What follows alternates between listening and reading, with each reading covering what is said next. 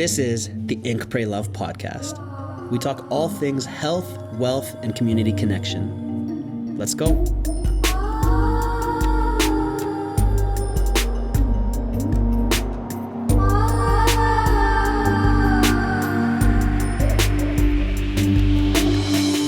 On today's episode of the Ink, Pray, Love podcast, we have Kal Dosanjh. He is a veteran police officer, over 20 years of experience, and 8 in the downtown Eastside. That is the world's largest open-air drug market. Blocks and blocks and blocks of drug addicts, the most per capita in the entire globe. He worked there, and it's one of the roughest places to work. And from there, he saw how many kids were falling to the prey of addiction and crime. And he wanted to do something about it. So he started Kids Play Foundation. And that's the foundation I really resonate with, that they're helping at-risk youth that are getting inducted into gang violence, becoming runners in dial-a-dope operations and doing gang hits, killing people at 15 years old. That can't be happening. Coming back to the city after 7 years away to see what's happened to our youth is something I feel passionate about. And I want to do something for our community. The Punjabi community has been suffering at how easy it is to be roped into addiction and gang violence. And Kal is one of the people that's standing up against it, to serve, to help, to actually be part of the solution, to take care of our people and our city. So on today's podcast, you get to hear me pledge part of our proceeds from Lotus House, the new shop, to support Kids Play as long as we are open. I never thought I'd be working with the police, but it's a great ride, and I really respect him. He is definitely the Dwayne Johnson, the Rock of the Punjabi community in Vancouver and the entire country. Hats off to Kal. There's a lot of wisdom here for everyone listening. Enjoy it and let us know what you think. Thank you. It really is like every little part that we're giving back to the community in whatever form. Well, it has a ripple effect. Mm-hmm. It really does, and that's exactly what the whole purpose is of what we're doing. Whether it's a podcast or whether it's a sports program, whether it's talking to somebody inspirational. Point being is it's serving a greater purpose, mm-hmm. and that's what it's all about. How did you start it? How did you get into doing Kids Play? Where did it come from? So I'm coming into my 23rd year with the Vancouver Police Department, and law enforcement wasn't always my first choice. I was actually studying to go to law school, but I had the opportunity to do a program called the Summer Student Constable Program with the RCMP, and that was back in the late 90s. While I was still going through university. And I mean, you've heard the cliched line that it becomes a call of duty, and that's essentially what it was. What is it? A call of duty, where you feel this overwhelming sense to wear the uniform and to give back. And I think being raised in a very traditional Sikh family, we were always surrounded and enshrouded with the fundamental principles of Sikhism, primarily seva, which is unconditional service of others. And listening to the heroic stories of our gurus, it put everything in perspective. But there was a couple of incidents that happened along the way that sort of shaped my trajectory. One I recently shared on Remembrance Day. I think it's a very powerful story. I'll share it again today. Please. But so growing up in a traditional Sikh family, I have baptized Sikhs as parents.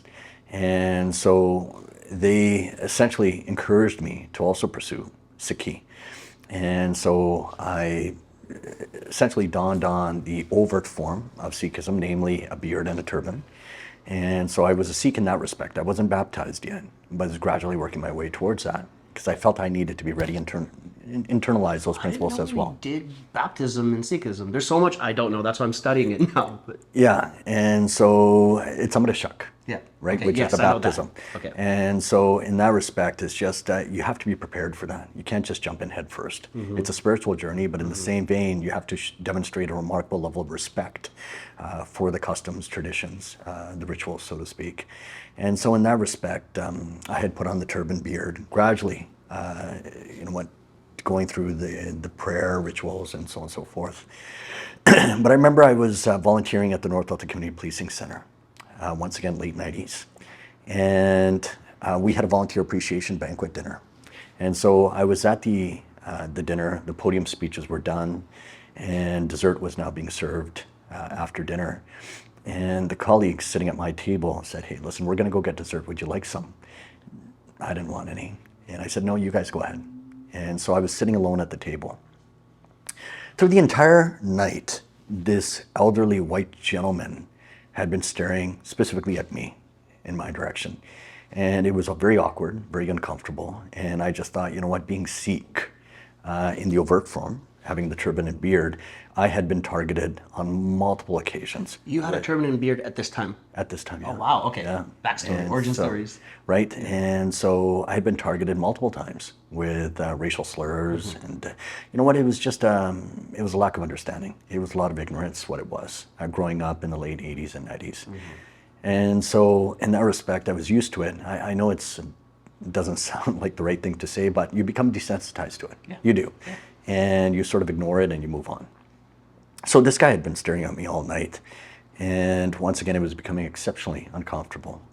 But nonetheless, when everybody got up from my table and went over to go get dessert, I'm sitting there all by myself. And I think he sees this as his opportunity.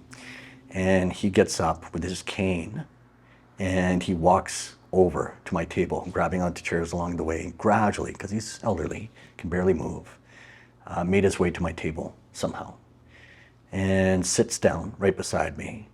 And I thought, okay, well, you know what? He's just going to say a whole bunch of derogatory stuff. And so I'm prepared for that. Well, what he said was completely unanticipated, where he grabs my hand and there's tears coming down his eyes. And he recalled the following story. He said, I was 19 years old at the time, and I was part of the British Forces radio team that had been sent to Burma during World War II. And he said, I was just a kid. I had never received any kind of formal training as a soldier. My job was to send radio signals to the British forces should the Japanese come through, because the Japanese were using Burma as the portal to get over to South Asia. And he said, I consider myself good as dead. He said there was this overwhelming sense of impending doom and death that I didn't think I was going to make it out. And he said, right around that time, he said, this small company of Sikhs showed up. And they set up positions around the radio base. And he said the Japanese did come. He said there was a firefight ensued where there was a lot of people killed on both sides. The Sikhs lost a lot of members as well. He said, but once it was all said and done and the smoke cleared, the Japanese retreated. He said, but the Sikhs picked up their gear and they left just as quietly as they came.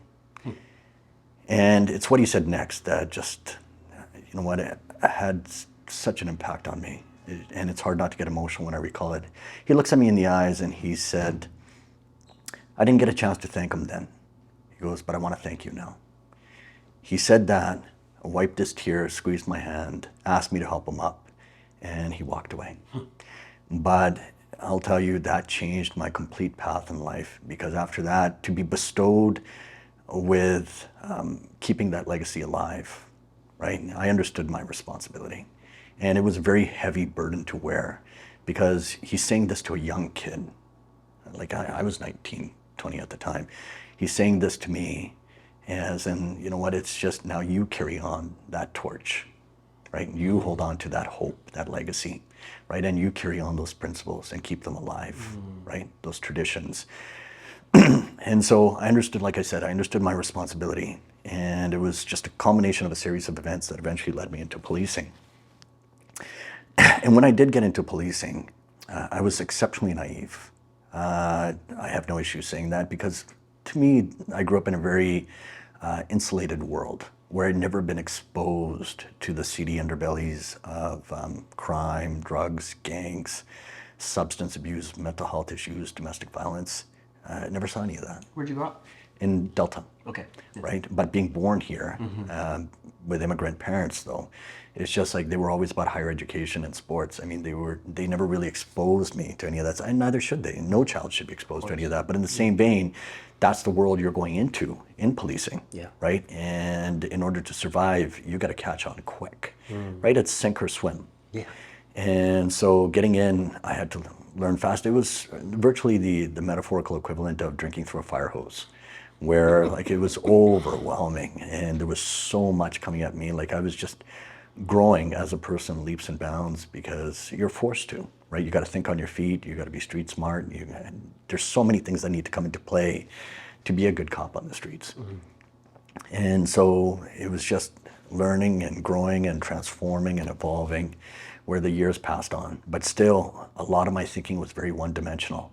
It was a very us versus them mentality, the thin blue line, order versus chaos. Like it's just, I could go on and on with these cliche lines, but there was never any pure, sincere connection with the human element. And because the thing is, a lot of times I fail to understand where some of these individuals might come from. Granted, you have your extremely violent, predatory offenders that need to be put away. There's no doubt about that. Like these people like are a menace to society and extreme danger. But in the same vein, like for example, you have drug addicts. That drug addiction is essentially a manifestation of trauma they might have experienced in life. And that led them down that path to get into the gang and drug scene. And they never had anybody that had demonstrated a sincere interest in them or provided them a genuine opportunity to leave that life, right? It's one thing to grow up in a very privileged household where you have been given everything and still you make that decision to go into the drug and gang lifestyle, but then you have many others that come from extreme dysfunction where there's a lot of domestic violence, a lot of trauma in that house. And to come out of that and to go into the drug and gang life, I mean, you have to admit that to some degree they're a byproduct of their environment. And I can share a story about that as well. And sort of a story that put that in perspective for me was a good friend of mine, Manny Amar, who recently passed away. He was a documentary maker and made a documentary on South Asian gangsters. And one of the individuals he covered in his story was Bal Buttar. And so Bal Buttar was a very notorious South Asian gangster. It was assumed that he was responsible for many, many violent incidents and homicides. But in the same vein, it's just things come around, especially when you're living that lifestyle. And so you live by the sword, you die by it. And he get shot like a million times? Yeah, he got shot in the back and he became a quadriplegic as a result of that. So he lost some partial eyesight, couldn't move his limbs. He's essentially a vegetable state, but can still think and talk. And he ended up at GF Strong, at VGA. GF Strong is the arm of Vancouver General Hospital, which helps with the rehabilitation of serious traumatic injury. And so he was at GF Strong, and Manny somehow made it inside to talk to Bal. And so he sat down with Bal and he said to Bal, he said, was there a point in your life that you knew who you were eventually going to become? Like, was there a turning point or any kind of juncture where it was a fork in the road and you knew, okay, well, I'm going to become a gangster or I'm going to go down this path? And Bal said, yes, there was. He said, I grew up in a very abusive household. My dad was a drunk who would beat up me, my siblings, my mom on a regular basis. And he said, nobody wants that kind of trauma in the house. He goes, I was just a young kid, 9, 10, 11 years old. And he said, I didn't know how to cope with it. Nobody, which child wouldn't know how to cope with that? You don't. You can't develop coping mechanisms with that sort of thing, especially when you're a child, right? And he goes, it was extremely traumatic. He said, but one day, this coloring competition comes up at his school. And he thought to myself, you know what? I'm gonna work hard and I'm gonna win that coloring competition. And when I win it and I get that first place prize certificate, I'm gonna run home, I'm gonna show it to my dad, and he's gonna be so proud of me that he's gonna say to me, what can I do for you? Like, you know what, he had visualized this entire thing in his head and played it out over and over again. I'm gonna show it to my dad, he's gonna be proud of me, give me a pat on the back, ask me what I want, and I'm gonna tell him stop drinking. He said that's when the happy days were gonna start, right? And we were gonna have a Disney family with a happy ending, right? And that's not how it works out in the real world sometimes. Where he did work hard, he did win the coloring competition, and he came sprinting home with his first place prize, exactly like how he had envisioned. His dad was lying drunk on the sofa, exactly how he had envisioned.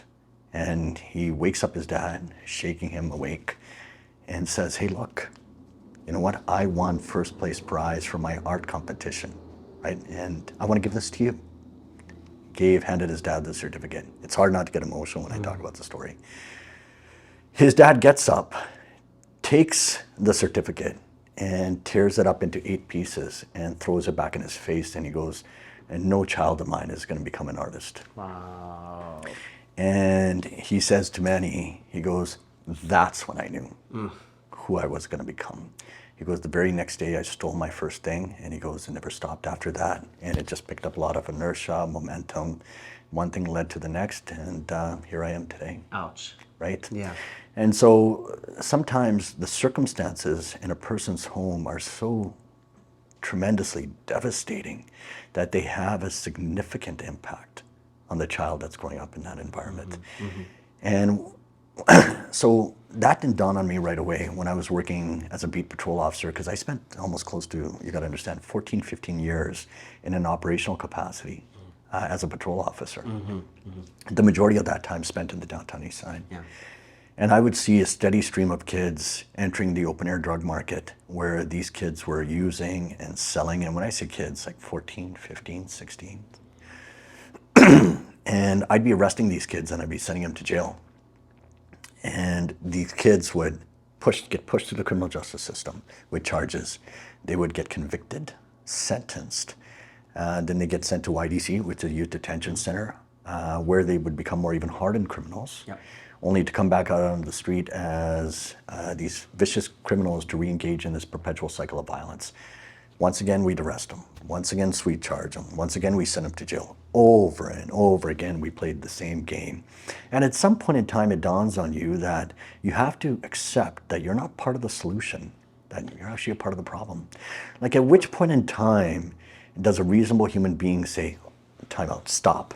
Like, where do we draw the line in the sand? Like, whose moral and social obligation and responsibility is it to provide these kids with the positive constructive outlets and the resources that they need to succeed in life? Essentially, from my perspective, society as a whole, whether that's government institutions or the community, had abandoned and neglected these kids.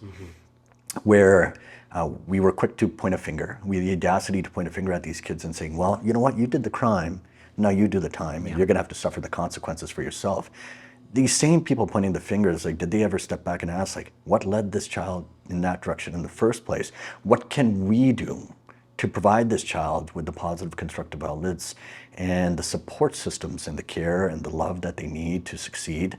Everybody sort of discarded that sense of responsibility. But once again, they were quick to judge. And I would return back to my locker at the end of shift with heavy heart, where... When did that change in your career? Like, how many years in were you like, okay, you're not fixing it, you're causing it? When did that Yeah, like, it's just, I'd say it was almost at the 8-9 year mark. Okay. 8-9 year mark, and there was a couple of incidents that happened which sort of set me in motion. And one of the ones in particular, I remember it was around, it's so clear to me, it was 2 a.m. in the morning. I was the acting sergeant patrolling the downtown east side of my cruiser. And I remember pulling into a lane where it was raining hard, it was dark, and this young boy, 14, 15 years of age, was sitting behind a garbage dumpster getting his crack pipe ready. And upon seeing my cruiser, he throws down his pipe and he begins to walk away. And I already made up my mind, like, what am I gonna arrest him for? Minor possession? Like, even then, it's just, I sincerely wanna know, like, what led him down this path? Where's his family? Where's his home? And why is he doing this? So I get out of my car, I call him over. He doesn't comply, he keeps walking. Where I say it again, I say, hey, come here.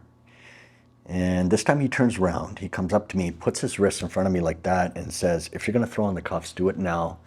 Otherwise, I take it, I'm free to go. And just the hardened, calloused, his nature, you have to understand, like, once again, he's a byproduct of his environment.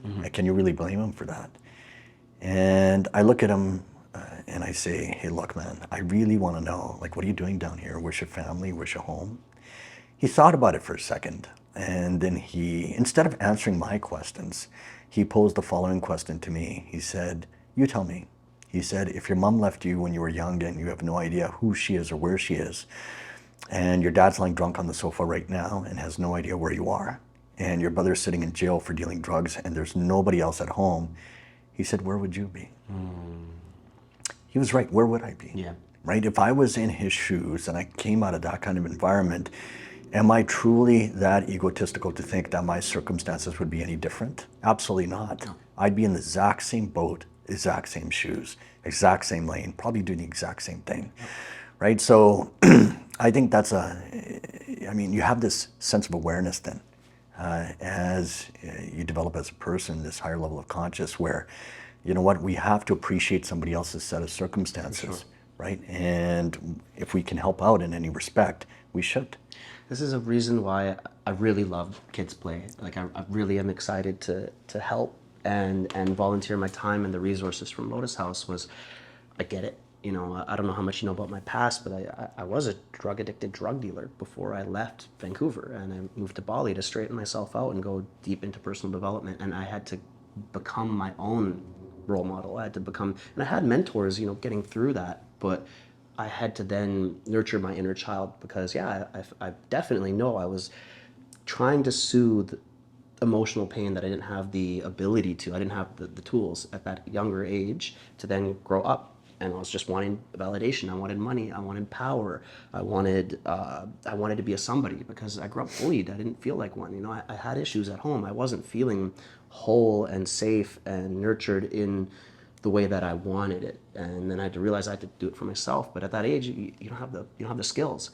So then when I finally came through and I put in all that work on myself, I was like, okay, now to help the kids who in that circumstance younger. That's how we stopped this. Because when I came back to Vancouver, you know, 8 out of the 10 most wanted in Vancouver were Indian. And I was like, come on, man, like we got to do something about this. This is what was really breaking my heart, is like these kids are shooting each other. My friends were telling me they're 14, 15-year-old kids. When I went to Kids Play and I was teaching meditation that time, kids came up to me after and they're like, can I ask you a question? I'm like, of course, what do you need? It's like, one of my friends is gonna shoot one of my other friends. I'm like, yo, how old are you? They're like 13. I'm like, you guys have guns? He's like, yeah. I'm like, did I just hear about an attempted murder? Like, I'm like, what the fuck's going on here? And it struck me to my core that like, this is happening, this is an issue, but providing a safe space like you guys are doing for them to grow is exactly what's gonna help all the suffering that doesn't need to happen. Like I was in a deep, dark spot in my early 20s. You know, I wasn't living righteous. I wasn't living in a way that I'd be proud of. And now to get through that, it took an immense amount of work, but that could be circumvented by having the space to actually do it. And these kids coming together, when I was there, seeing them all come together, like they're safe there. They didn't want to be out on the streets. They didn't want to have to worry about their friends shooting each other. That's something 14-year-olds shouldn't have to worry about. And that's the path to go down. My school was crazy. I went to Killarney Secondary in East Van, and there were machete choppings, and we got plucked right out of high school to deal drugs and, you know, dial a dope operation. And if we got pulled over, we'd have to swallow crack and then throw it up later. I was like, what kind of job is this? This is horrible. And I quickly was like, this isn't okay. But then I was worried. I was leaving that. I was worried my house was gonna get shot up, and I was just like, what is this? Like, it was horrible. That shouldn't be an issue for kids. There should be better options. There is some kids that are just going to go down that route, of course, but there are other kids that get sucked into it, like you were telling about, like that story. What I mean, you've helped over 11,000 kids so far have been run through the program. 100,000. What? I was way off. I was telling people 11,000. I was impressed. No, that's a humble brag. I love it. Yeah, it's 100,000 kids that have been through the program. What's it like to be the Dwayne Johnson of the Indian community? I wish I had that kind of bank account. You're like, oh no, you know what? It's once again, no single person is responsible for the success of Kids Play. This is a communal effort. It's everybody coming together, working together in collaboration, in conjunction with key stakeholders in the community and making this work. Mm-hmm. And so, you know what, it's just like over the years, I think the work that was done in the downtown Eastside, because we started running programs then for inner city kids. And seeing the success of those programs essentially became the genesis for creating Kids Play Foundation, because we wanted to transplant that kind of program into the broader community without the red tape, without the administration bureaucracy. We wanted to expand it as much as possible so that every child can benefit from this kind of program everywhere, literally. Like, I wanted to expand this program as much as possible, because at the end of the day, you have to understand, this is not some brick and mortar shop. This is a concept that can be adopted by anyone, anywhere. It's just a matter of their willpower to want to give back their time and energy and make it work, right? Essentially, at the end of the day, what does it take to put together a couple of cones on a field and bring in a whole bunch of kids and play soccer with them, or play basketball in a basketball court, right? Provide them that kind of safe environment, secure platform, which engages mentors in the community with these young kids. And it makes a tremendous difference, because when we created Kids Play Foundation, it was predicated on two principles. Number one, it would be a completely volunteer-based organization, which it is. We do have staff, but the bulk of our team is all volunteer-based, including myself. They're epic humans. I got to meet them. They're epic human beings, epic human beings. And the other thing is, all our programs are absolutely free. We don't want any child to be deprived of an opportunity because it might be financially restrictive to their parents. Like, I get approached all the time in the community.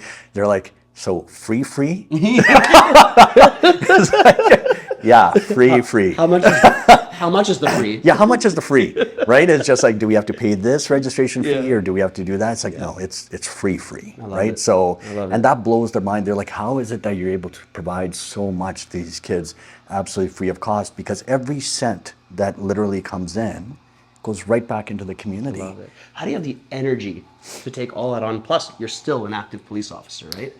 How do you have the energy for that? You know what, brother? It's when you've seen as much as I have, and not to suggest I've seen anywhere close to what some officers have, or what some people in the community have, but when you've seen as much as I have, it does have an impact on you. But I would get asked all the time, it's like, why do you do so much? Why do you volunteer so much? Because especially in our South Asian community, there's lots of toxicity, and it's a lot of suspicion and paranoia and self-doubt, where they're like, you know what, it's just forget all that and focus on yourself, right? Like personal, self-ambitious, narcissistic pursuits of your own personal ego, right? It's just, unfortunately, our community has become self-centered. We weren't this way in terms of, once again, alluding back to the stories that I was told of our gurus and the tremendous sacrifices that they made for the greater good, providing a voice to the voiceless, standing up for the weak and the poor. Like, that's who we were as a people, right?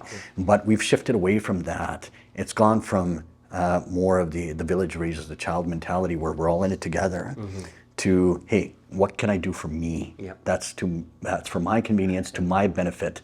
It's all about the me show. How do we put rims on the Escalade? Right? And that's what it's all about. And so I want to shift that thinking back.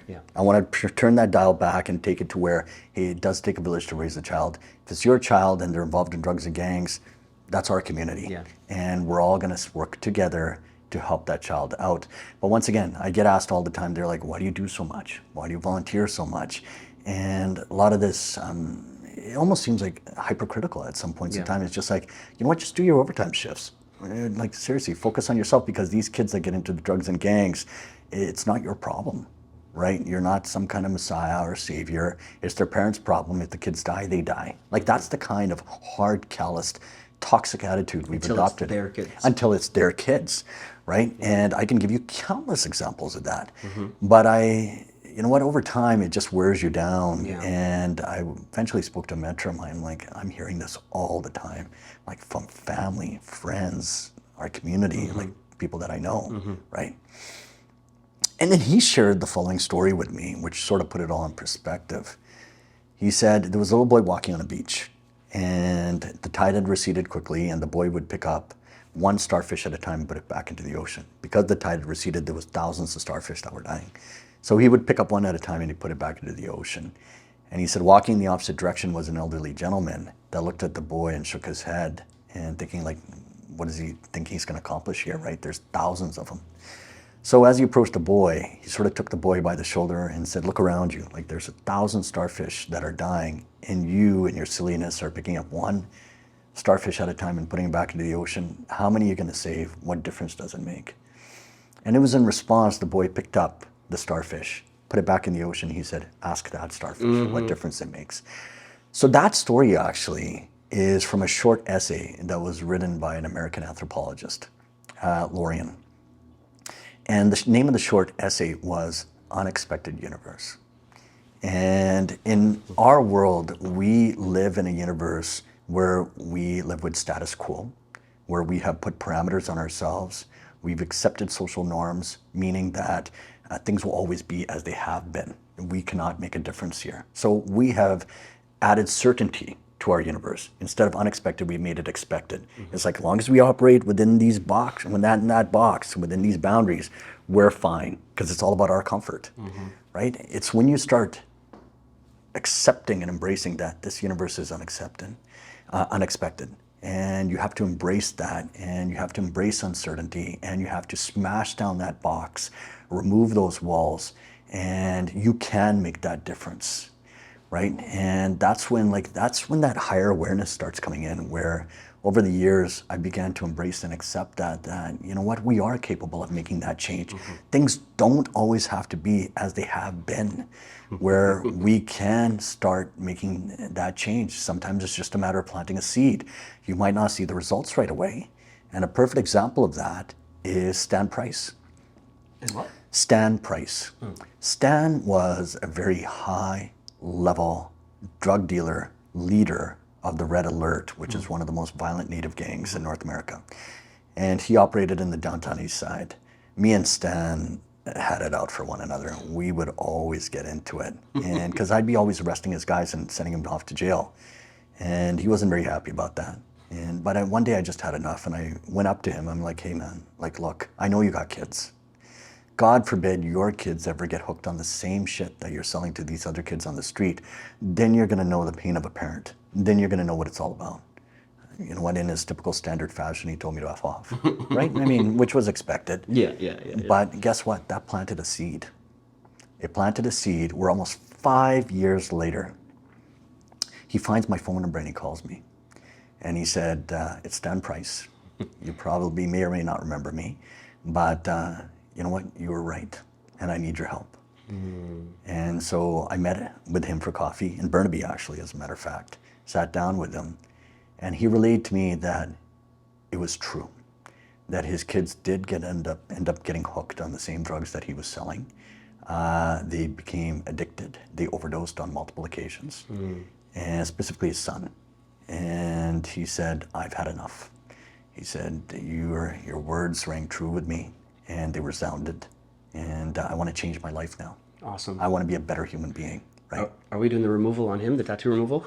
Yeah, that's him. That's awesome. That is him.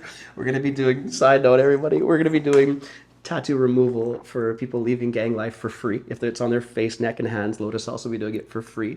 My mother is going to be learning tattoo removal, and my business partner, it should be a sitcom, my 61-year-old ex-librarian, retired librarian, Indian mom is going to be doing tattoo removal on criminals, ex-criminals that want to go into the workforce, and that'll be our give back to the community. And I just think it's hilarious, awesome, and feels good. Like, it's a few different things at once. 100%. 100%, because the thing is, it's just like, when somebody is willing to change their life for the better, then we have a responsibility as a society to help that person, right? It's just, what probably bothers me the most is if somebody is ready for the change, but we still continue to judge them on their past.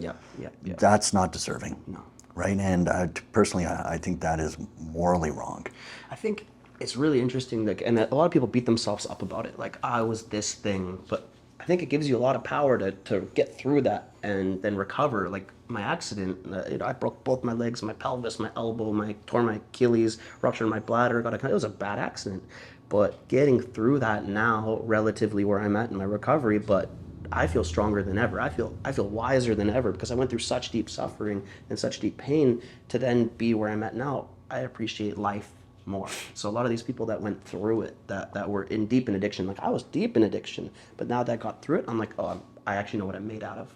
I know that I can get through that and this, and this, and this, and then still be an agent of love and positivity and good, and come back to my city and bless the city on. Like, I put it on and do what I can to be back here. I was scared about coming back, honestly, because I was supposed to just come back from my cousin's wedding. I was on two crutches. I could barely move. I think when we met, I was on two crutches, and I was pretty handicapped. And I had to come back to my city and be handicapped. And I want to come back as a hero. I don't want to come back with my cousins and my family and be like I can barely get upstairs, And I was worried about it. And I was in deep shit when I left. I was not in a good place. And then when I came back with this level of consciousness, having gone through that, I realized there's nothing to be ashamed of. It was just turn it into power. Actually own that story, and you can own it, and then you're, I think, in some way deeper. Like you have a deeper range of character and experience, having suffered, having gone through the turmoil, and then mastering it, getting through it. And it might not be perfect, but having gone to a different length of a character of a human being, I always respect people who've done it, who've been through it, who have suffered, and then to come through and help people. That transferable altruism, going and then being an agent of good in your community. Heal yourself, heal your family, heal your community. That ripple out, I've never been happier. Really, I'm like, okay, I want to live in Vancouver again. Like my cushy Bali life was great. Palm trees, cruising around, everything's sweet. Got my businesses out there. I never need to come home is what I was thinking. And I closed up my life here. But now coming back here to be needed, to be able to help, to be, take care of my mother. Okay, great, awesome. Take care of my little community, bring people together for the shop, do Seva with you. It's like, oh, I'm building a life that really feels good to be in. It might not be the cushy Bali entrepreneur life. Actually, this feels better, though. I'm happier. And so I think everybody that's been through it, going through gang life, going through addiction, to then be able to heal yourself and then serve is a direct channel for happiness and positivity. It is a direct channel for contentment. Of course. Yeah, that suffering that you're talking about, it was a friend of mine who was a drug addict who's just changed his life. But I'll never forget his quote. He said, religion is for those that fear going to hell. He said, spirituality is for those that have walked through it. I love that. Right? And that's so true. It's just for those that have experienced that deep level of suffering, it has truly changed them and they found themselves in the process. It was truly a spiritual journey for them. And I think whether it's you or Stan or my friend, countless examples of people that have been through extreme suffering that found themselves in the process and that became good human beings. Yeah. And I think we owe it to them, it's as a responsibility to flourish them, cultivate those talents and help them grow. But in the process, you grow too. I love that. Because actually giving can have selfish impact on it. Like you're happier. Like good things just happen to me. I get a lot of random weird good things happening to me. Having this positive giving attitude, like things just pop in through the sky and it's like, cool, thanks. And I love that, What are some of the other benefits you've personally felt and received since building Kids Play as a lifestyle? Oh my God, it's just truly the sense of satisfaction I get from it all, because I mean this, and it sounds very cliche, but no amount of money or anything else could substitute for that feeling. Yeah. Really, because the thing is, when you're able to make an impact in a child's life, like for example, 25 of our volunteers that came through Kids Play are now law enforcement. And a lot of them didn't have interests in going into policing or sheriffs or corrections, whatever form, but then they found themselves by helping other kids. And I'm not just talking about law enforcement, like there's so many of them that found themselves in other ways where they pursued their respective industry or their specific employment, but they became the person who they are as a result of the work that they had done at the grassroots level. Yeah. And one specific story is we had one of our senior volunteers who was very rough around the edges. He didn't like cops.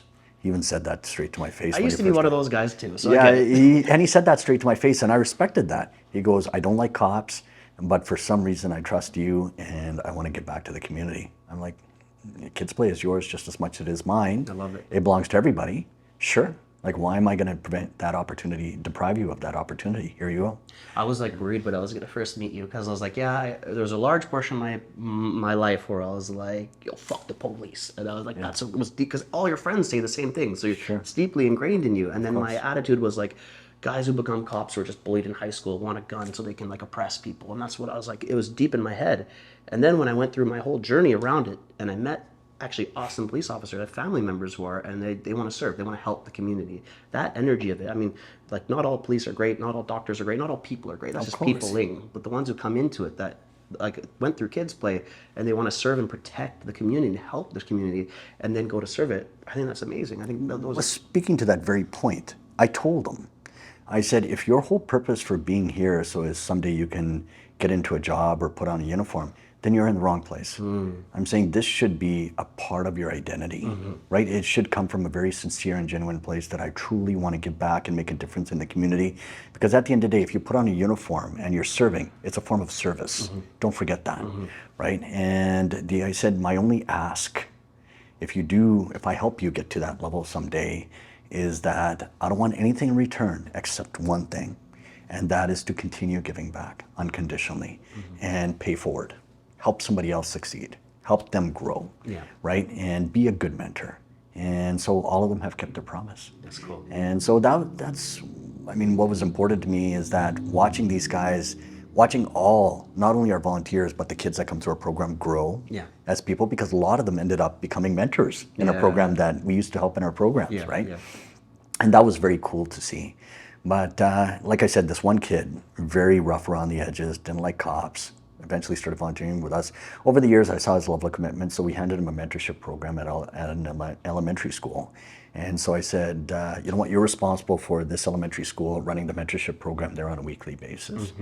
So he started an all-girls program at that school, because the thing is, the principal had said the girls were having a lot of issues integrating, and they felt they lacked self-confidence, and they were very withdrawn. And so he started a martial arts program with a female karate instructor that would come in on a weekly basis and teach the kids. Cool. Well, those girls developed martial arts skills, they grew self-sense confidence, and became more empowered.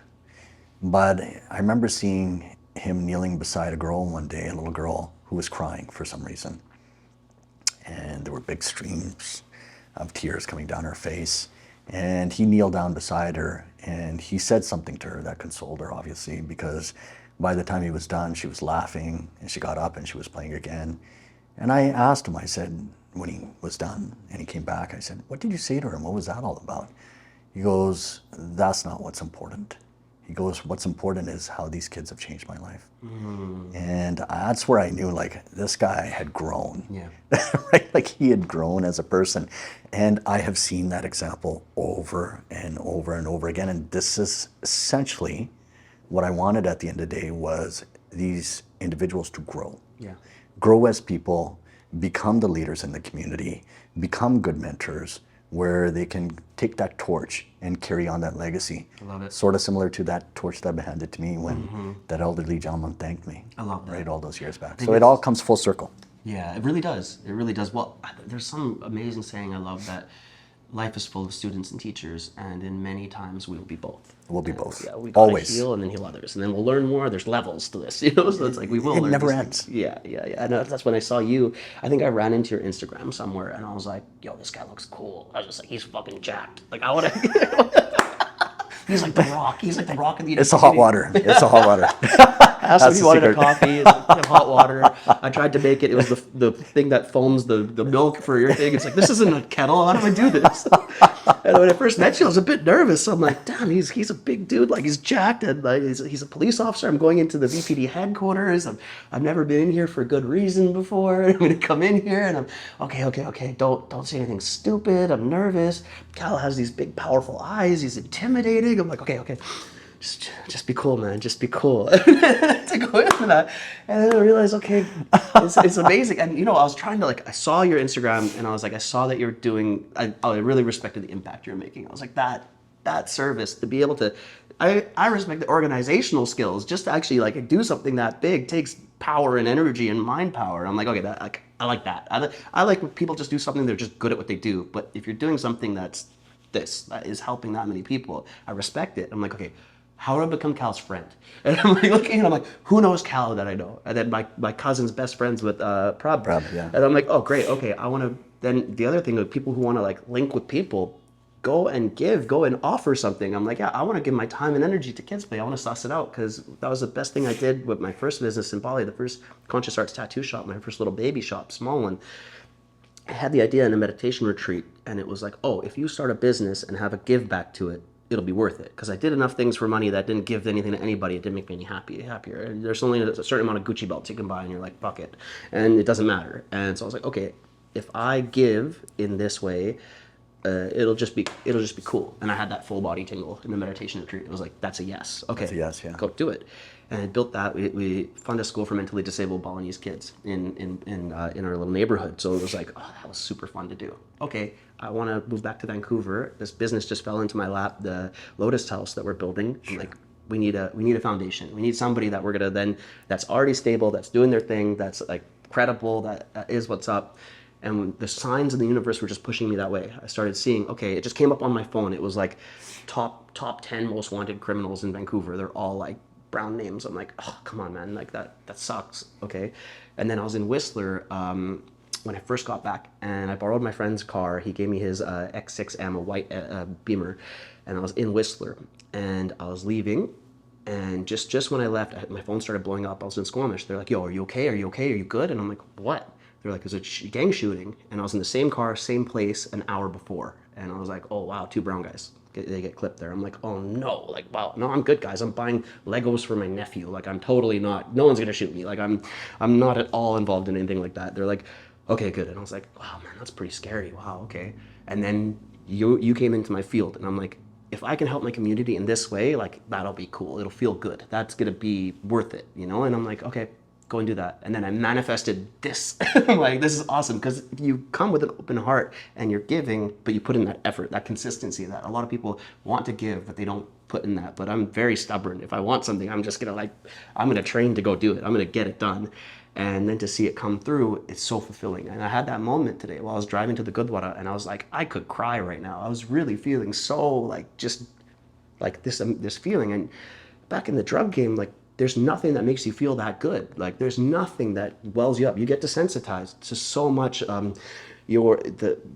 The input, the stimulus is so all over the place. It's so many highs and lows that you don't have an actual baseline.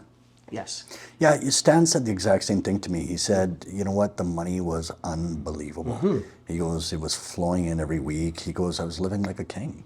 He said, I was drinking whatever I wanted to drink. I partied, clubs, top level service, right? He said I could buy whatever I want.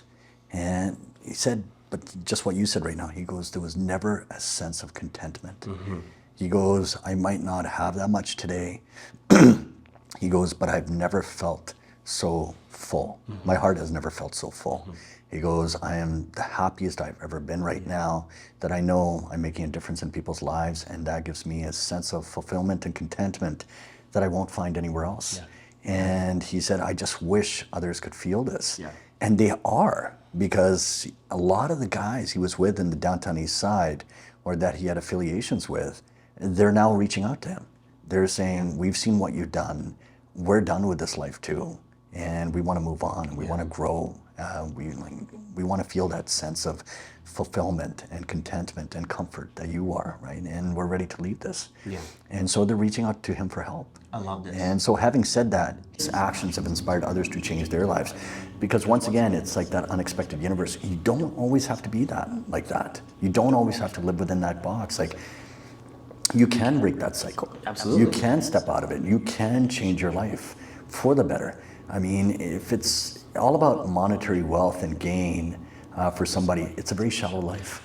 And it only goes so far. Only goes so far. Like, you buy an X5.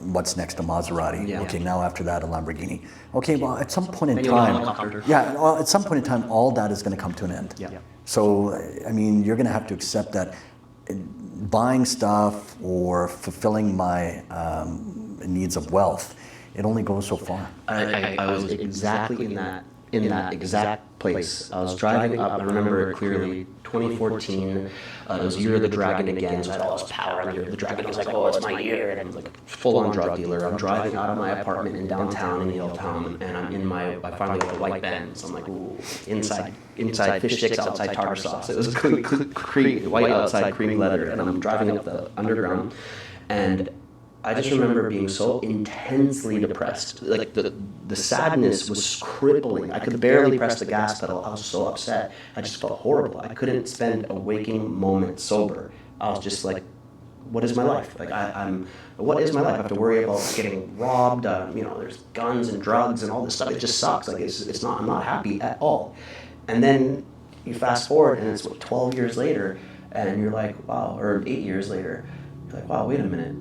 I'm spontaneously so joyful I could cry. That is such a marked difference. It's such a big difference. You're like, wow, I've never been happier, and it's these building blocks. Take care of yourself, take care of your family, take care of your community, health, wealth, and family. Yeah, we can do business. That's all there is. That's it. Health, wealth, and family, God, right? It's just like the wealth that you create, if it's a blessing to you, then it should become a blessing for others, right? So it's sharing. Yeah. And so in that respect, I think anybody that has, somebody told me once, they said we have one of three things to give at any given time. That's time, treasure, or talent, right? And so having said that, that is always in our possession, one of the three, if we're blessed in all three. The point being is give as much as we can from that treasure trove that we have. I love that. Right? So having said that, in that respect, like Stan said, I've never slept better. He goes, I don't need to look over my shoulder constantly. He goes, I can sit down with my kids and have an ice cream on the boardwalk, and I don't need to be scared. I love right? it. He goes, it's the best life that he's living right now.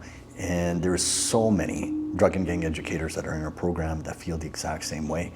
They have found an overwhelming sense of peace. Yeah. Like literally that word peace. They have found an overwhelming sense of peace. And so in that respect, I think it's important that we do as much as we can to help individuals like that. And like I said, you learn something in the process about yourself. Exactly. I think there's many really amazing selfish benefits to seva, to giving, selfless giving, to be doing that. There's amazing benefits. Like, I've never been happier. I have peace. Amazing good things happen to me. Hopefully now I won't get tickets because I'm like your friend. Is that a thing? I mean, is that a thing? Everyone, we just agree. That's a novel request. Never heard that one before. You don't ask, you don't know. Right? Don't shoot, don't score, right? Well, I am going to be giving all first responders 20% off tattoos at my shop. Perfect. Everybody. Okay. I know Awesome. they went through so much during COVID. The whole city did. And it's like, okay, time to help the city. Let's help the people of the city. Let's help the firefighters. Let's help the police officers. Let's help the nurses, the doctors, the paramedics, everybody. Okay, come to my shop. We're going to hook you up. And I remember it was across the street from my shop. There was about 5 VPD cops right across a commercial drive, and they had dealt with somebody. Some little thing happened, and they were just hanging out there talking. And I'm like, I'm gonna go talk to these guys. I just had the idea. I'm gonna just go say what's up. And so I walk across the street. They see this shady-looking brown guy covered in tattoos. Walk up to them, like, hey guys. They're like, can we help you? Kind of energy. Like, what do you want? Originally, because I'm like, then I start smiling. They're like, oh, they soften a little bit, and I'm like, hey guys, I just wanted to say thank you for keeping our city safe, and we're gonna give you guys all 20% off tattoos. Tell your homies and like come through. We're gonna take care of you. Instantly, they're like, yo, they became like gym bros right away. And he's like, you just walked up to the most inked out precinct in the city. I'm like, yes. I knew I should have said that. Right? They're cool. But it's just, that's exactly what it's all about, is caring for one another. Yes, That's all it is. And people feel the vibes, I'm so tattooed. My head's tattooed. People will see me right off the bat. Face value, they could be like, what? And then they feel the vibes. And then they're like, okay. And they like that. They actually like me more than I'm weird and super tattooed but kind. I think I get further in life with this than if I was just kind and look normal. You know what? And that's one of the main reasons why I get asked a lot. It's like, why do you have so much ink? Yeah. Like, why do you have sleeves? And I think part of that process was also to challenge convention. I like it. Where it's just, we're always so used to looking at things a certain way and making those judgment calls that you haven't even bothered to take a look deeper. Right? Where once they get to know me, for example, like if they saw me walk into a coffee shop like this, I mean, they'd be like, you look like a gangster. yeah, thug, right? Thug, gangster. You have nice shoes on, man. Thanks, brother, I appreciate it. But it's just, it's those attitudes that I want to reform. Yeah. Where it's like, hold on for a second. Like, don't judge literally a book by its cover. Get to know that person. And I think that sort of applies to Stan or any of the other drug or gang guys that I've dealt with in the past, is that society was always so quick to judge them that there's more substance there. And I think, once again, when I sort of thought outside the box and extended that olive branch to these guys and said, hey, you know what, if nobody's ever reached out to you and given you that helping hand, I will. Yeah. I'll put my neck on the line, right? Now it's on you, right? You can never say ever that nobody was there to help you. I'll do it, right? And if you guys let me down, then that's on you, not on me. I did my part, now do yours. I love that. I love that. What message do you have for the kids and the teens and the youth in our community that might be going through it right now? You know what? That we're all in it together. That I don't want these youth that might be involved in a lifestyle thinking that you always have to live this way. Where, like, if it's just about the monetary gain for you, I can give you a million examples why you shouldn't be in that lifestyle, right? There are serious consequences and repercussions that come with that lifestyle. That's no joke, right? Like, if you are gonna play that game, once again, you live by the sword, you die by it. You are gonna either have to deal with getting arrested at some point in time or getting shot at, right? And if you think that I'm that one, that Scarface, that's gonna be completely impervious to it all, I'm Teflon. Scarface didn't end well either. It didn't end well either. Does. No, but they take a look at these glorified lifestyles, and it's very romanticized in the movies and television shows that these guys lived a high life. That's very temporary, right? There's a significant amount of repercussions and consequences that you have to deal with at some point in time, that it's time to change your life, right? That you don't have to live like that. It's so true. And, you know, I'm really lucky. I have a really weird coaching niche. I do a lot of different types of coaching, but I'm helping drug dealers get out of the game and uncouple the conditioning that they get through that. I had to do so much trauma work to become a productive member of society afterwards, to not, you know, anger issues, all these types of issues. I just had to, do the work. And now to help people do the work to get rid of those, to then be hyper productive. Because if you're in the drug game, you do well. You're a sharp guy. Like you can do lots of other things. There's lots of business lessons that you can then transfer into actually being a positive impact and like a super productive person. And it's just switching the way you look at it and uncoupling and cleaning yourself out. You gotta purify.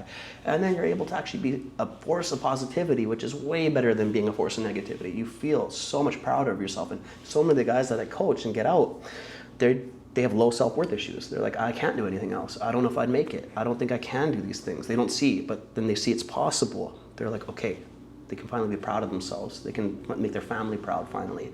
That's worth more than the Benz and the Gucci belts. It's like that energy that you're using to apply to the drug and gang game, channel it in a positive direction. There's a certain set of skills and attributes that comes with an individual's particular success in that lifestyle. And if they were to shift their focus in a positive direction and utilize the same skills, right, they could be doing tremendously well for themselves the right way, right, and making an impact in the community at the same time. Same with Stan, like his, those attributes and skills I'm referring to was his high level of hyper focus, where he could focus his energies in one particular direction and completely commit and dedicate himself to that one singular objective and task, right? And he did tremendously well in the drug and gang game because of that. But when he took that energy and he applied it to helping others break their addictions, because he became a clinical counselor at a recovery center. Cool. Yeah, so cool. When he applied that energy to helping others leave that substance abuse behind, he showed the same level of commitment and dedication to them. And look how many lives he changed in the process, amazing. Right? So the point being is that, you know what, Stan has become this remarkable role model in the community, such a massive, prevalent example, especially for Native youth, where he's gone into reserves and he's talking, and we're actually planning a trip, all of us together, a drug and gang team, to go up to reserve up north in BC and talking there. So we want to make that broader impact. Cool. Let me know if there's room on the bus. Before we go, can we get your top 3 favorite books that you recommend? Wow. All right. Put you on the spot a little bit. You know what? Number 1 is The Alchemist. Good one. Fantastic book, because once again, there's things going to happen in your life which are completely random, and as opposed to sort of pushing those things away because it's beyond your comfort level, is to embrace those changes, right? And who knows, like you said before, so many doors have opened up for you. Things just happen randomly. That's what I'm talking about. It's like embrace everything that's happening, good or bad. If it's outside your comfort level or within, like, it doesn't matter. Point being is you grab onto that and you ride it all the way. And you see what happens, because one door will open up another, and this life becomes so interesting. That's a result of that. We're sitting here right now, right? Yes. That's one of them, right? So I never would have thought this would have happened 10 years ago. Right. You know what? Some of the other ones. Oh, I was just talking about it the other day. What was it called again? Anyways, another one is like I'm big into the political science scene. So Animal Farm. That's a good classic. It's a classic. High school. Right? Yeah. But it was a classic. I really enjoyed that book because it spoke about, you know what, how these dictatorships took form and how the wrong political leader can literally destroy everything in his path, right? So the importance of being good leaders, right, and creating positive change. So that was another big one. So you're looking for 3 in total. Wow, you really put me on the spot here. What's the last book you read? Last book I read, it's been a while actually. It's been over a year now. You're that busy, hey? Bro, you have... Yeah, I bet. Do you ever listen to books, like audiobooks? Oh, yes, The God of Small Things. The God of Small Things by Arudita Roy. Okay. And it explored, it was pretty neat. It was based in southern India, and it took a look at various situations unfolding simultaneously in different people's lives. Cool. Like, we're so used to looking at one singular narrative and following through to the end, we fail to comprehend everything else that is going on around us when we're so focused on that particular narrative. Like, for example, like, I mean, if I was dealing with Stan, like I'm dealing with Stan's life, but then I have Shane, another drug and gang guy, that's living his own life and dealing with his own set of circumstances. And then I have this kid here that's come through a tremendous amount of domestic violence in his family and dealing with dysfunction. Like, different circumstances for different people and their different lives, and we need to appreciate all of them. So that level of awareness. And that book was very cool. Cool. It was very, oh man, Yeah. it is deep. It is very deep. And so, yeah, there you go. Thank you so much. Sorry to put you on the spot. No, that's fine. I'm really excited to see where we're going to take this and where it's going to move forward in terms of the collaboration between my shop and your foundation and continuing speaking at your guys' events and coming through. It's been exciting, and it really has helped me find a deeper sense of purpose here in Vancouver, and I can tell right away it changed it for me, because before I thought Vancouver would be toxic for me. I couldn't do it. People are mean to each other. Everything's too expensive. It still is too expensive. But all the other stuff, I was like, I couldn't do it in the city. I'd get in and I'd get out. That was my plan. And I was just going to be here for 3 weeks. And now it's been 6 months, and I'm enjoying it. I'm loving being here. It's been incredible to be back. And I think a key element of it is service, and being here and doing good for my city, in my city, has really shifted this place for me. And I think one of the catalysts was linking up with you and getting to go speak at your foundation. It's been, the ripple effect has been so healing for me and being here. So I just want to thank you for that, for holding the container. And thank you for the friendship and seeing where we're going to take this. I'm really excited. Thank you for being you. You know what? The feeling is mutual, Aaron. I'm very grateful for the opportunity to be here today and talk at length about all the different things that we can do to impact the community and our personal stories. And I think you and I might have been traveling on different trajectories, but at the end of the day... You might have arrested me back in the day. No, but it's like the fact that our paths intersect at this moment in time and place for everything, and everything happens for a reason. So I firmly believe that. There's no coincidence, this is coincidence. We are meant to be linked. There you go. So thanks again. My man, thank you so much. Appreciate that. All right, bro. Thank you. Thanks for listening to this episode of the Ink, Pray, Love podcast. I'm your host, Aaron Baya, and if you'd like to do some charity work, go to www.aaronbaya.com/charity. Support one of the causes on that page, whichever resonates for you. Do some good today. Thank you.